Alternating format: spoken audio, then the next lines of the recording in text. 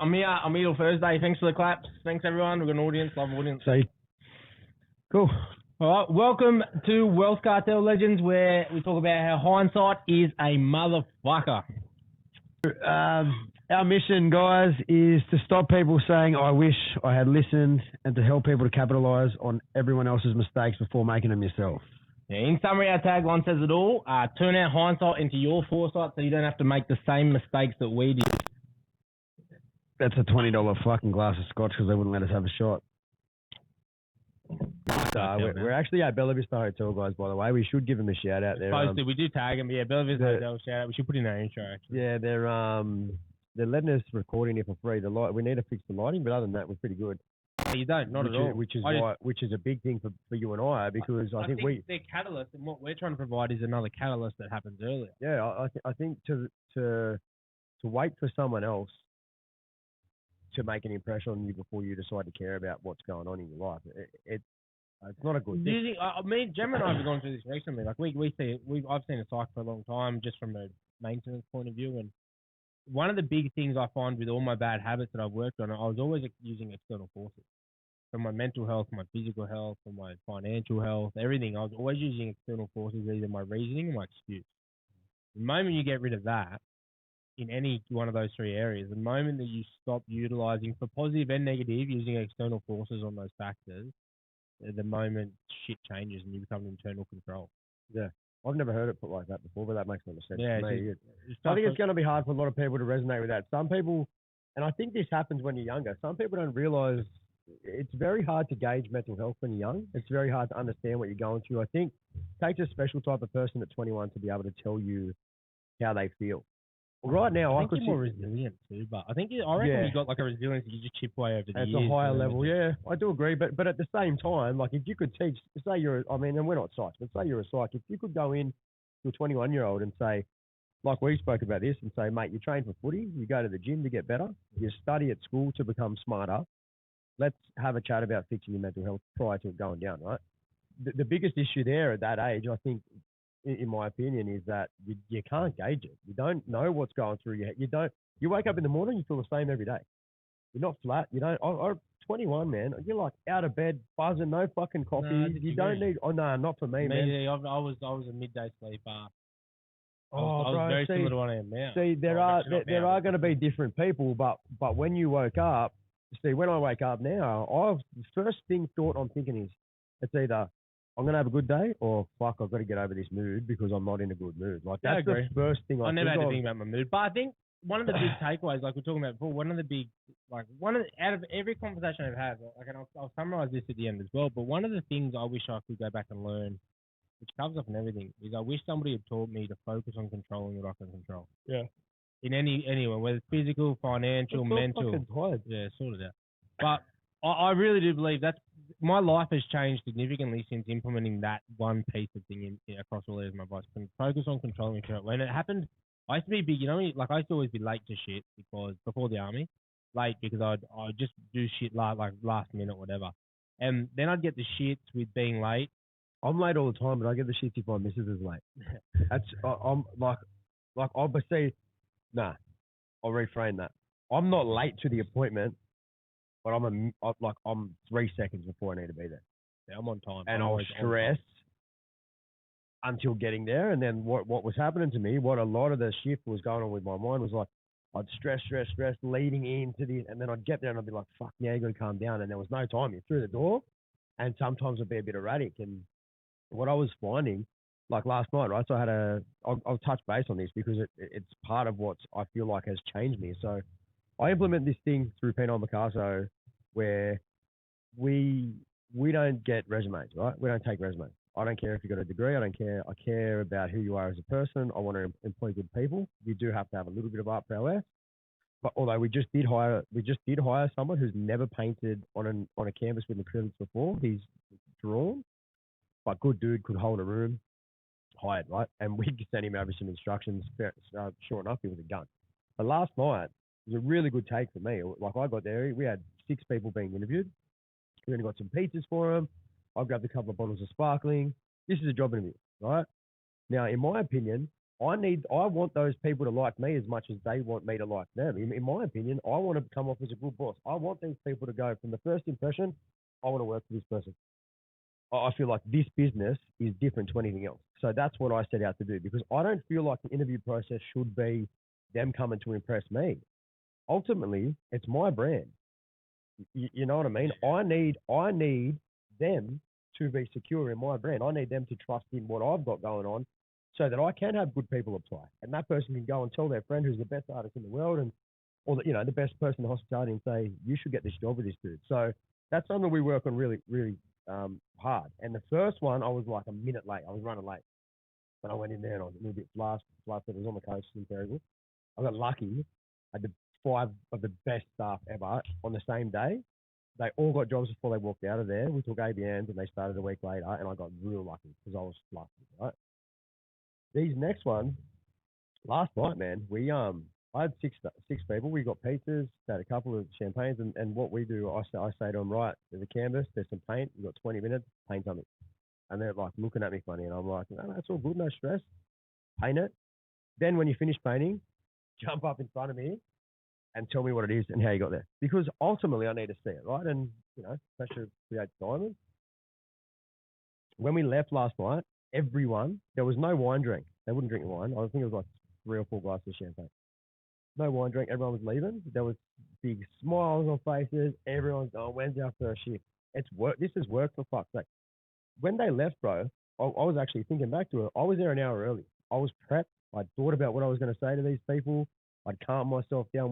Preparation prevents peaceful performance. When they got there, the vibe from the first minute they got there was incredible. When they left an hour and a half later, the vibe was pumping, absolutely pumping. They left. I got emails this morning saying, where am I working? Which shift do you want me to work? Where am I going to? Blah, blah, blah. And that all came from being early, being prepared. And I think that I'd never had that before. Like, even though I still don't get out of bed for the gym, even though I'm struggling with that, I have been focusing really hard on, like what you're saying, is like, get there on time, get there early. That's what I mean. And everything you dial that back to comes to controlling what you can control. Because if you just leave everything to the wind, you're just rolling off whatever happens. But if you control and this is what we talk about with investments, money, it's what I do with my clients, right? If you control all the parts that you can control, the window for error for the things you can't control plays such a smaller part. But people usually, from investments to their mental health to their life, they usually live on the edge of their seat with not controlling those things. So the window for error is massive because all of the result relies on something you can't control. So if you can control the piece that you can control, if you get on top of that, you leave a tiny window for error. And that's, to be honest, that is, I wish I'd learned that when I was 15. Like that's something I wish I'd learned. Yeah, me too. Alrighty, so we're going to go into the how. How did you change it? And what did you do to implement them changes? Yeah, so how did I change it came, I think, like I said, I left the army and I was earning about $6,000 a week doing this insurance sales. And then, long story short, that ended up drying up. Like, I killed it for a while and then that ended up drying up. So, but I stuck with the job for some time. So I was trying to get into the finances space and that was my in. And the time it changed was where Gemma and I don't know if she'll like the thing, but Gemma and I came to sort of a head in Brizzy, where we were living on her income. I was spending heaps trying to get this business thing going, like because I was an ABN, etc. And I was I knew all the fundamentals of finance, that I was focusing on. I'll help everyone else and I'll generate more income and then I'll do my own stuff. And this was like 2015. This is years ago.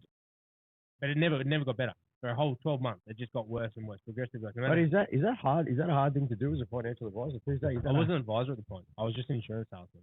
But I was studying to become a financial advisor. So I knew all the fundamentals. But you knew you were fucking up. Yeah, I wasn't practicing what I preach. And that's another thing that I'm big on. But I was still under the impression that it's more important to earn money.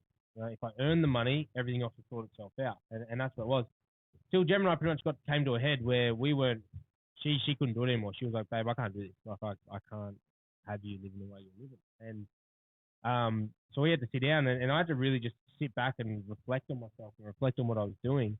And that was the why. The why was that we were not going great, even though I had this big plan. You know, and I say it with investments as well. It's all well and good to have this great big plan, but if you can't make it to the execution point of that plan, it's worth nothing. Same with the investment. You have the best investment in the world, but if it's 10 years away from maturing, and you can't make it to the 10 years. Property is a great example. Pointless, yeah. It's pointless, right? You've got to get to the result. So how did we do it? I sat down and I went through my fundamentals. I did a budget. We sat down to budget. We did our goals. What were our long-term goals? And now this sounds like a financial chapter, but it wasn't. It was this is the shit we should be doing as a basic. It helped my mental health.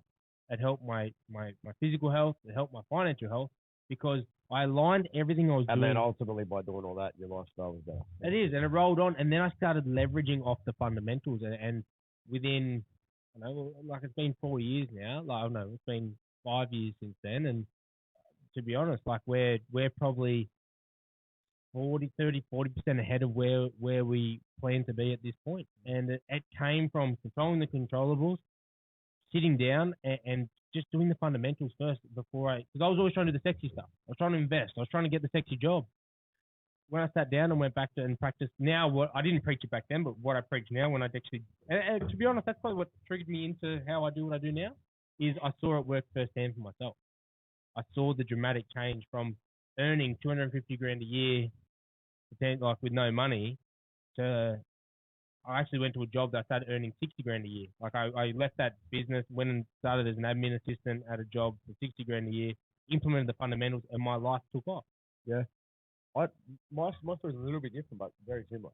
Very similar. You know, we talked about that. Yeah, we talked about that. Took a big pay cut to get yourself right.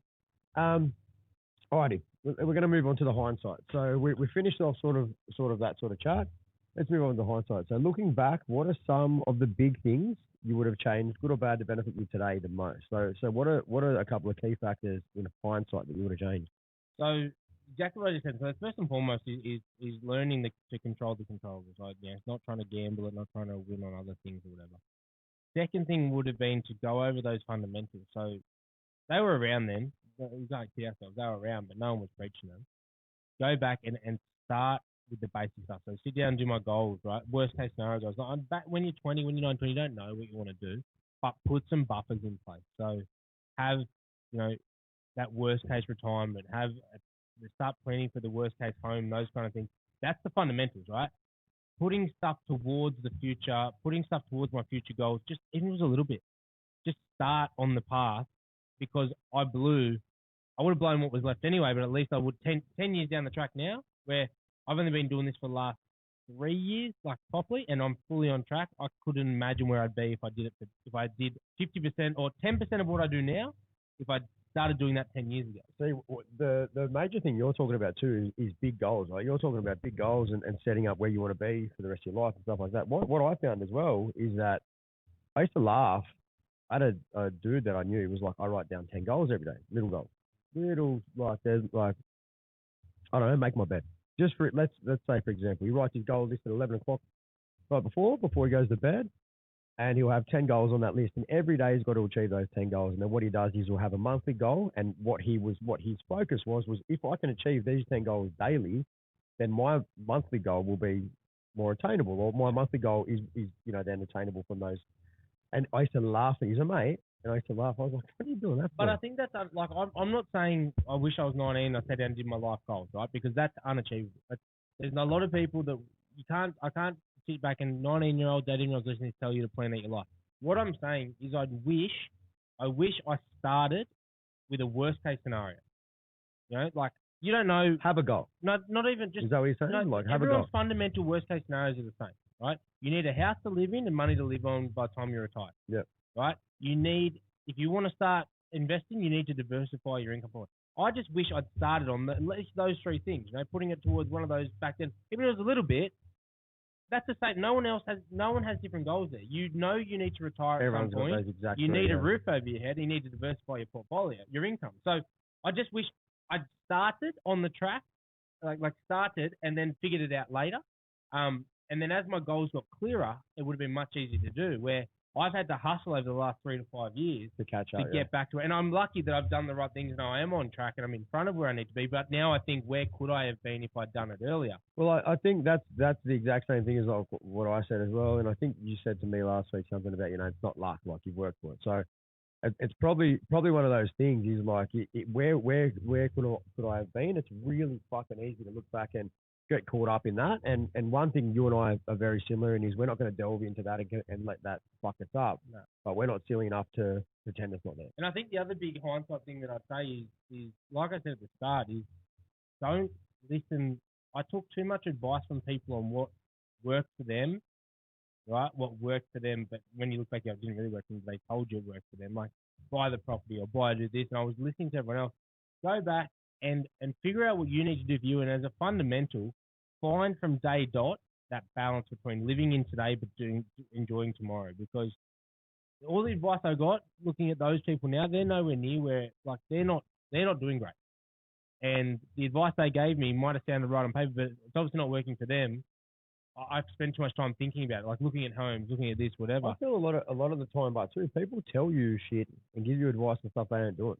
Practice what you preach. Lots of people when I was growing up, like that. But that's not a bad thing. That's their hindsight, right? Well, yeah, but So it's different. It's different to be able to say to someone, "This is what you should do because I didn't do it," which is what we're doing, and this is what you're doing because this is how I got here. Well, the know-it-alls of nothing. Yeah, and I think that's the biggest drama. That's one of mine. I could never listen. Like, it's the old fat PT thing. Yeah. I can't do it. So say, for instance, you as a financial advisor, if you don't have yourself a plan, what the fuck are you going to do for me? It's true, but I want to cover off on this too because it is important. Like, I hear a lot of people I've had people come to me before and go, "You're not driving the Bentley, you're not doing this while I was with you." But what they don't get is I am on track for No. See, that's what I mean. That's where I'm getting at. So if I come to you and I say, "Ryan, what are your goals?" and you've got no goals, I'm not going to listen to you. That's right. But if you've got goals that suit your lifestyle and exactly where you want to be, then that to me says, and don't take this however you want, but your goals are not unattainable. In my opinion, your goals are here and they should be here. I feel like you can really, like, you're a clever dude and you know you can reach these, and I'm like, well, fuck you, time to go here. And don't get me wrong, you've probably got this somewhere, right? But from what we've spoken about, I know where you're at and where you want to get to, and you want to retire at a certain stage, and that's what we're setting up for me, right? But what I'm like, where I'm at is I go, when I sit with you, I don't go, well, you haven't got the Bentley, you haven't got the fucking the $1 million house, but you've got everything you want and what you need, and that's what I want. That's where your head is. What I'm saying is, and what I would say to people is, stop using money as a measure across all boards, because people will say, I'll give you a great example. Do you think the best coach in NRL, right? He's not going to earn as much as the best player, right?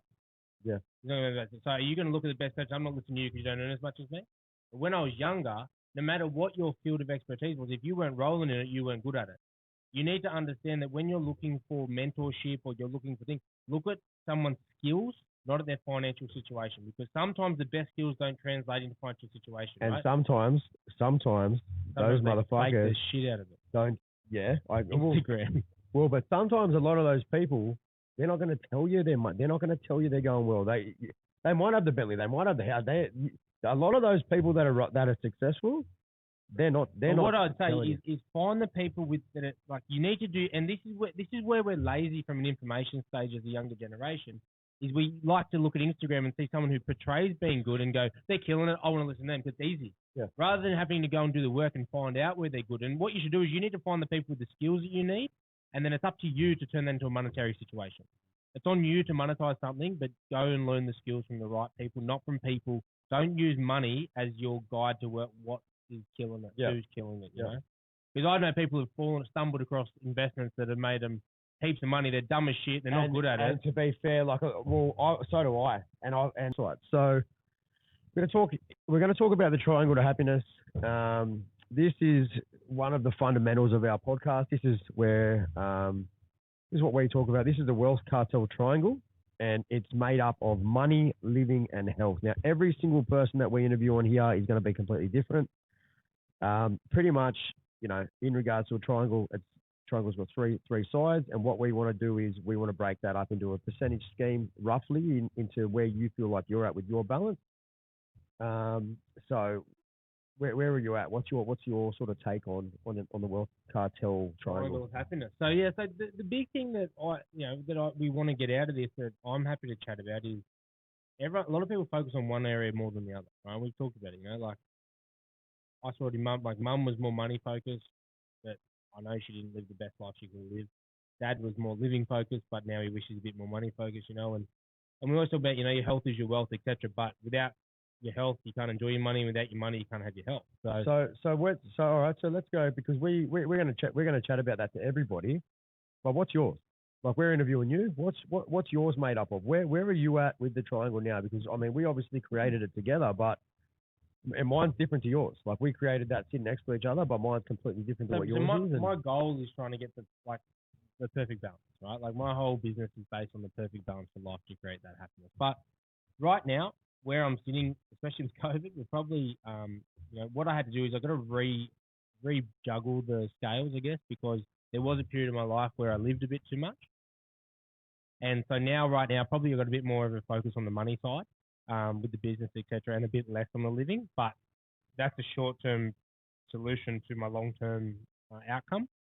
And health has always been actually, you know what? To be honest, probably when I was in the army, health was right up there. I was more focused on health. I'd spend all my money on SAPs and health over that. You got a big focus on health now, though. But like I do, but it's dropped off heaps. Like I'm way overweight than what I should be, and I still train. He's 115 kilos, 6'2". No, I'm not. No, 5'11", which is a classic measurement. But 6'2", you tell people, bro. 6'2", okay. You wear TNs, they make you taller. Yeah, but I do have health. Health has always been a staple for me. It's my getaway. I do martial arts. I lift, I power lift, and those two things combined are a big player in my mental health, which is, as of the last few years, has been by far the biggest shift health-wise. I used to be all physical. I didn't need mental health, whatever. But looking back, my mental health was so good because my physical health was so good. But when you're in the army, you train 2-3 times a day. Like, it's your thing. You can shred it. You look unbelievable. It's amazing. But what happens is I'm one of those people that, and this is why I wanted to create the triangle, because I'm an all or nothing. For years, even as recent as last year, if I want to focus my money, everything else falls apart because I'm just money. Go for it. Health. When I started training last year, I remember taking on this program, and it was great. I did well, but my business flipped. Everything flipped because I was focusing on that one thing. This year, what I'm really proud of, probably over the last 3 to 6 months, is I've really started to find that balance. But I found that balance in line with my goals. So, like I said, I've retracted my living purposely and to increase the area in money and health as well. You need some chewy, bro. I'm not chewing that shit. But yeah, so right now I'm probably sitting there. But I think moving forward, I want to find that balance between the three. But right now I've got a steady hold on the health, but I'm probably more focused in money more than anything at the moment to achieve my goal. Cool. So we've got a couple of points here. With your money, sustainability, opportunity, and necessity, right? So you break that down. Now, you're going to be a lot better at this than a lot of the other people we have on. You're a lot better than than me with money. You teach me how to be this way. Was there a time in your life where you weren't sustainable, where you didn't feel like you knew what the necessity was or the opportunity with money was, where you didn't, respect money? Was there a time? All the way up until 3 to 5 years ago. I've only been doing what I'm doing. I've only been good with money for the last 3 to 5 years. Before that, I was just like you. Before that, I was great at earning it. I've been great at earning money. And that's what's done me so well in this industry, is a lot of people in this industry are good at managing and can't earn it. I can earn it and manage it now. We will give a little shout out to Ryan, actually. Ryan won... Rising Star Award. The Rising Star Award. There was only one nominee, and he voted for himself. Take it as you want, but those types of things, there's a lot of financial advice in this country, and I feel like that's a pretty good. It is, but now I turn down. I don't apply for awards anymore. I'm full. I just applied for, I think, Terrible. Where I'm full of rebellious. I hate my industry. I try and tear them apart. Well, but you're a bit different to us. We just got nominated. We're in the finals for Terrible for the small business. I think we'll go close too. Like we should. It's a gum business. Lies up there, bro. But no, I've never been. I've been bad. Like great at earning it, just like everyone. And that's what my appeal is to people. Is I'm a normal person. I don't come over as, hey, you got to do this and this is how it should be done. I've lived it. Well, when we first sat and discussed money, it was like this is where we become mates. I was like, I need to sit down with Ryan for as a financial advisor, we got fucking blocked. I'm gonna dob you into your minute. We went to Cheddar. They're not there anymore, but we went to this place in Village. Anyway, so we met at Cheddar. We were there to discuss money, and I didn't get home till like 10. Nah, it was all right. So on the money topic, like I said, I've never been great at it, right? I've never been great at it. I'm like everyone else. And that's why it's so important what I do now, because I wish I could just the small basic things that I learned early on in the last 3 to 5 years. I wish I could go back and just start implementing some of those. And that's what I'm not saying I wish I'd budgeted and not lived. I just wish I'd done a couple of really easy things back then that I knew then. Because for 10 years I was great at earning it. My partner was like everyone else. And what I've done in the last 5 years, if I could, like, there's 10 years missing there, right? That's 2 more times plus the compound. I'd be so much further. Like, it's really hard. I mean, I'm a couple of years older than you. You've sort of found the spot a little bit earlier, and which is that's a really good point for us to push to our audience. Like, I'm 31. You're 28. Yeah. 28. That 3 years difference. Ryan's sitting across from me now saying, "What if I had thought about it 5 years ago?" I'm saying, "What if I had thought about it 5 years ago at 31?" There's no real time limit on it. Like, no, but you got to remember that time is the biggest thing you have in any investment of your thing. But you have no control over it. But you have no control over time, but you have control over what you do with your time.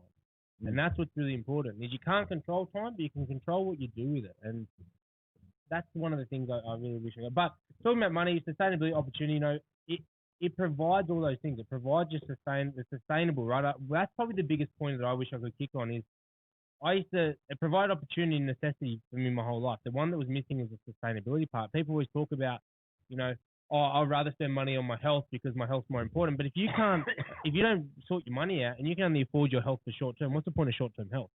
If you planning, your money should be your first step every time because it allows you to be sustainable in all your other things. It creates that longevity. Well, you can't. Well, people say you don't need money. Well, it's very hard to be healthy without cash. You need to have you can do calisthenics and all that sort of stuff, but how do you diet? What do you eat? It's expensive to be healthy. We'll get moving. Health, being alive, enjoyment, and longevity. Longevity. I said that wrong. Yeah, I read it instead of saying it. Longevity. Yeah, so the health, I used to play a big short-term focus on it. I did steroids from about 18 onwards, and I was as strong as a young kid. I played a short-term game with my health, especially drug use and everything growing up. Like from 21 onwards, I did the classic. I'm invincible, bulletproof, and I thought short-term. And I'm not even 30 now. And the military doesn't help. 4 years in infantry, they reckon adds about 20 years. Every year's 5 years on your life. My spine compressed by 2 inches from when I started to when I finished. He was 6'2". Oh, good. But I think the big thing for health, the longevity part's by far the thing that I missed that I wish I'd done. I was alive and I enjoyed. My body was made for enjoyment, like most of women's enjoyment, but made for enjoyment. But I wish I'd focused on the longevity side because I'm not even 30 now, and I've had a shoulder reco. I've got a messed up spine. Both my knees are cooked, ankles are cooked, and it's not like sob story. It doesn't hurt or anything like that. But it makes things harder. And it affects the mental health as well. On your longevity, on that, and you're a proud army boy, very proud. Would you do it again? Yeah, based off of your longevity. So that's. I would have just done it smarter. Yeah, but I would have done it smarter. That's a very hard play. Like, how do you do it smarter? How do you not have your spine compressed 2 inches, like that type of shit? More rehab, mate. I just focused on jamming more gear in my body, and I'd train 3 times a day, and then chuck a 60-kilo pack and walk 20 k's. Like I thought hard to go back. I thought getting stronger. I always just focus on the bigger I am, the stronger I am, the better it is. And it was at the time I was fine, but there comes a point when you can no longer do all of that. It's not. If you want to succeed in the rest of your life, you have to do other things. 28 years old, acting like he's 50. Yeah, I know. Well, I train the old boys 50. I reckon their body's worse off. Alrighty. Living. So fulfillment, enjoyment, and worthiness. Yeah, so living's a big one for me, man.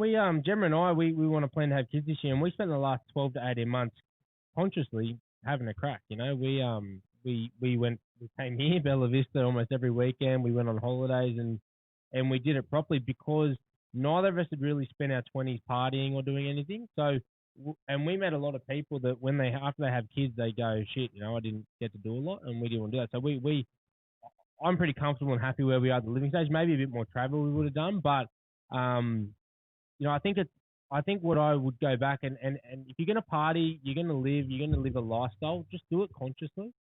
Don't just wing it.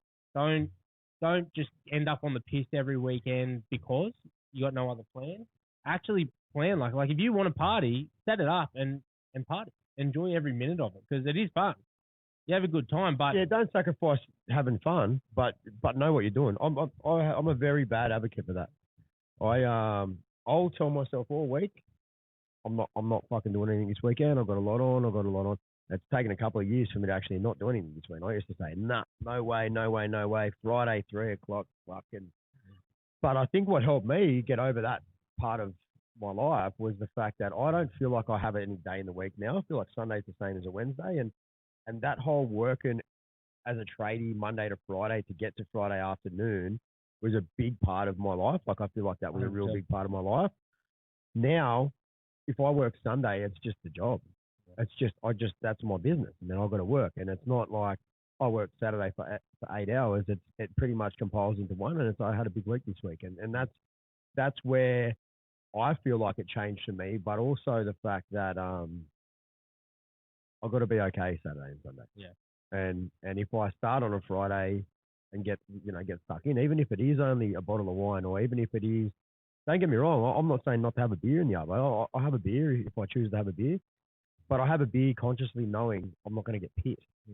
And I need to be somewhere the next day, and I want to wake up feeling okay. And like after the fucking Wentworth Point opening, similar to what I did at Riverwood, I like took a bottle out of the fridge and drank a bottle of wine on the way home. I was fucking pissed.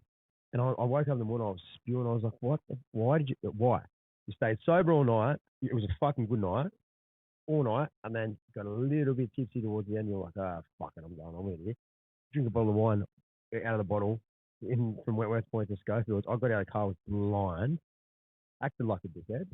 Carried on.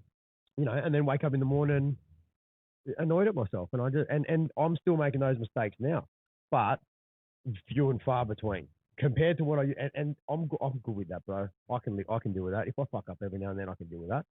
But I feel like what you're saying, it's the only way for me to get ahead. If I go like this weekend, tomorrow night, we've got our launch at Neutral Bay. B and I have got a hotel for 2 nights. We planned this because Wentworth Point, I was so busy the Friday, I couldn't even go home and shower, bro. Like I worked all day Friday, sweated my fucking ass off building this. And then when I washed my underarms, like he's like little old fucking 10 bits. I was legitimately, I went into the public bathrooms and washed my underarms, and then put a shirt on and sprayed some deodorant on me because I didn't have time to go home, and it pissed me off. I was like, fucking hell. And there was a few things that, you know, went wrong for that to happen, but nothing's going wrong this week. I've like consciously, man. That's what I say. Like, just consciously live. If you're gonna part, don't do shit that you regret. Like, don't just wing shit and then go, oh, fucking keep doing that mistake. Like, do it consciously and it'll change the thing. All right, we're gonna wrap up because Alan's me soon. I'll go to the toilet. So let's finish this. I'm gonna do these 3 in a hit. Money, health, living. So money, health, and living. We got the biggest mistake or benefit. What would you go back and change? Yeah, so very big. So my stepdad always said to me, and this only happened recently. My stepdad said to me as young, he said, "You never lend money, your car, or your missus to anyone." Right?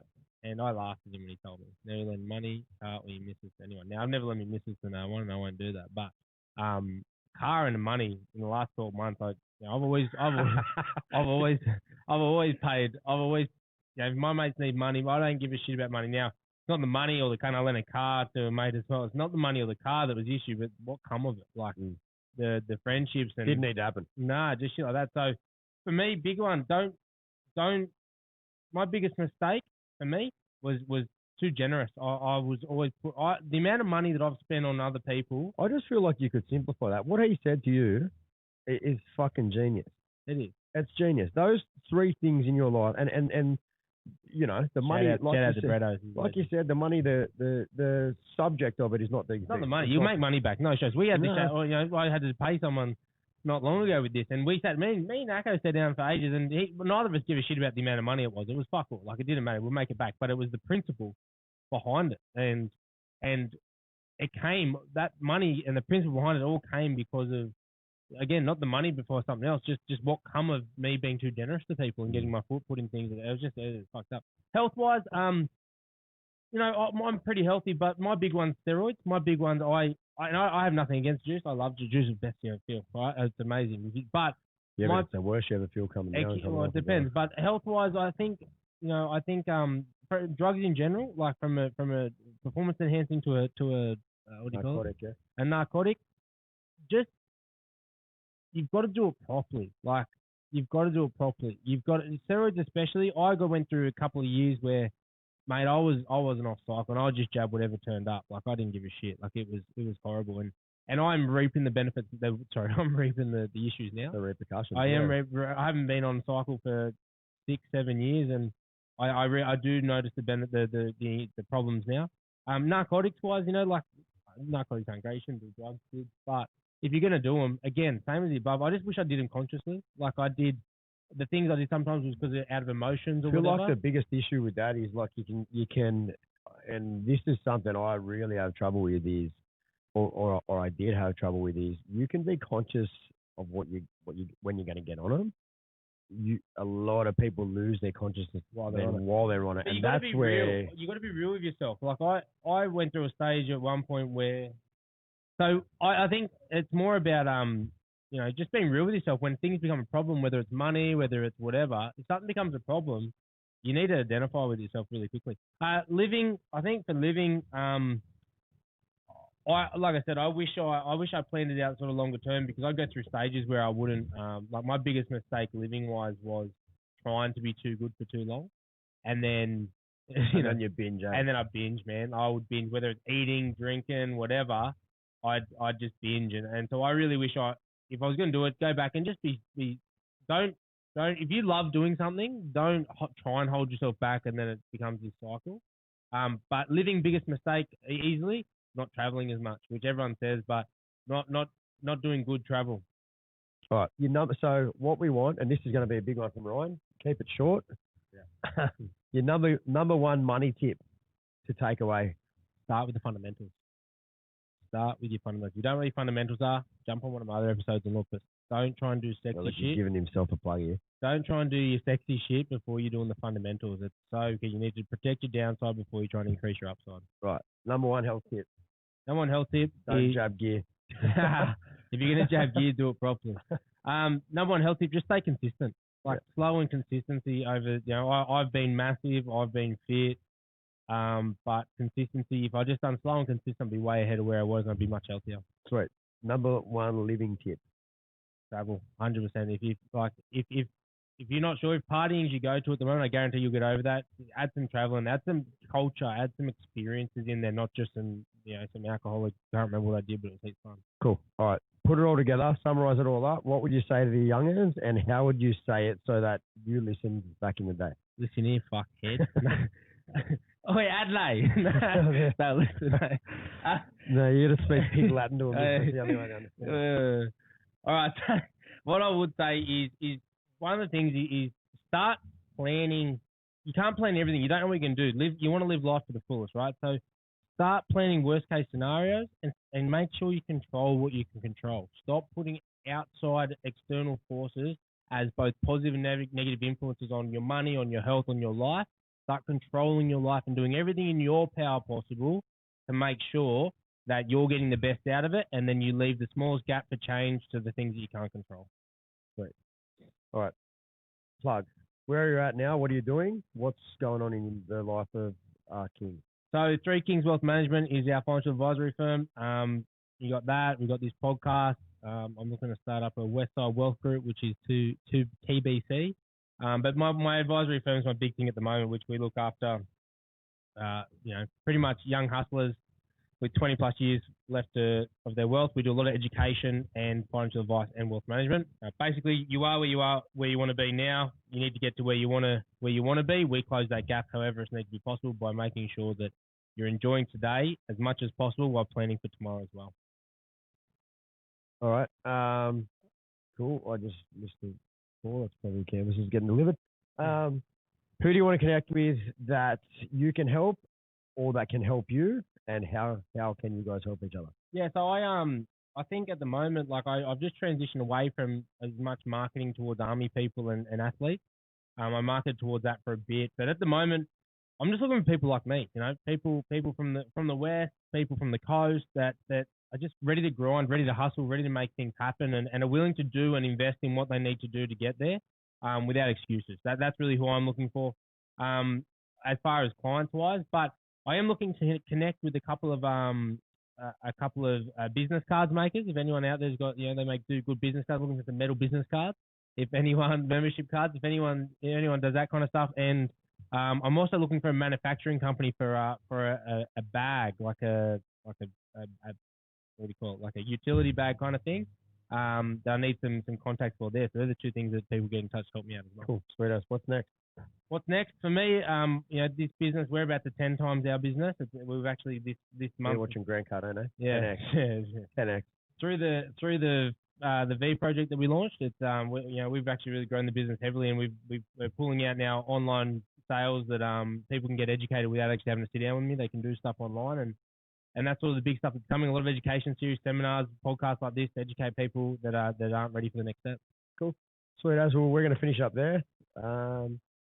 That was a good one. That was about an hour and a half shorter than my one because we weren't drinking Crown Lagers. Sweet as. See you later. Cool.